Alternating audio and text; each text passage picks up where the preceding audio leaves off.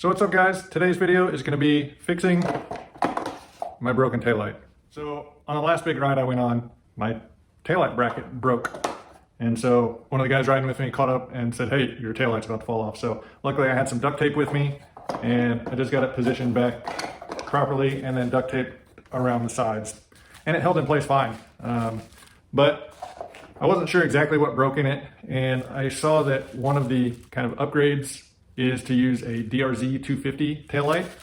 And so this is part number, and I'll put a link to this one from Amazon down below. You can also order it locally. And it's just off of a DRZ 250. Supposedly it's a direct swap, but it's a nice low profile unit. Comes with the bulb, wiring, everything ready to go. So I just need to get this one out of here, plug this in. Plugs are the same, and we'll go from there. Okay, so if we look up under the fender, you've got a 10mm bolt here and a 10mm bolt here, identical placement on this side, and so that will get rid of this mud flat part.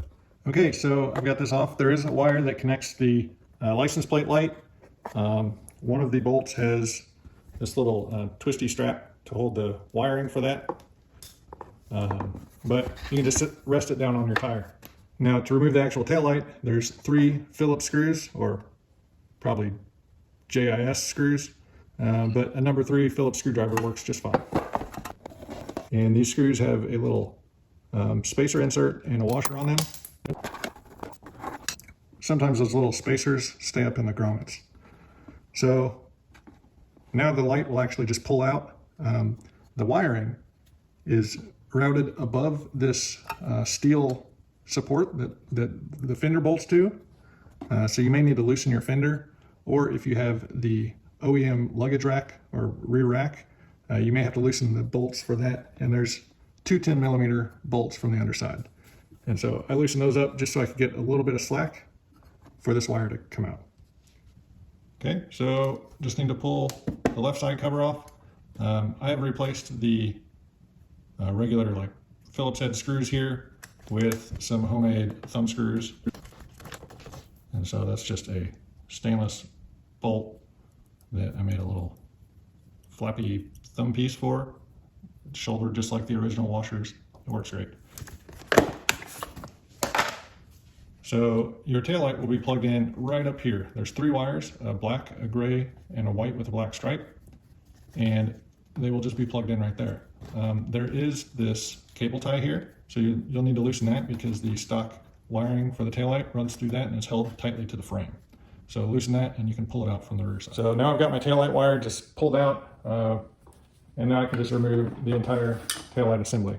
So the wire goes through a hole up in the top left corner of this little recess, and you can just pull it all the way out. So my taillight, there's a steel bracket here, and it snapped right there by those bolt holes.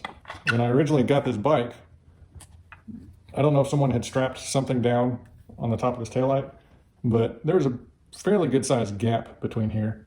And so at some point I just kind of bent it back into place so it was flush with this black housing. And I guess that maybe weakened it. And then just with all the vibrations from the gravel roads and stuff, it just broke.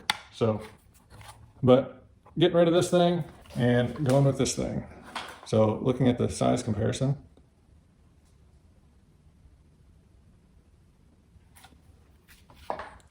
and this supposedly fits directly into this pocket. So I need to fish these wires down through this hole, and then there's also this little rubber grommet on there. You can just use a little bit of silicone lubricant or some grease or something to help that slip down through the hole. And then it just reuses the same hardware that came out of here. So it may be necessary to remove the seat just so you can route the wire back up where it goes.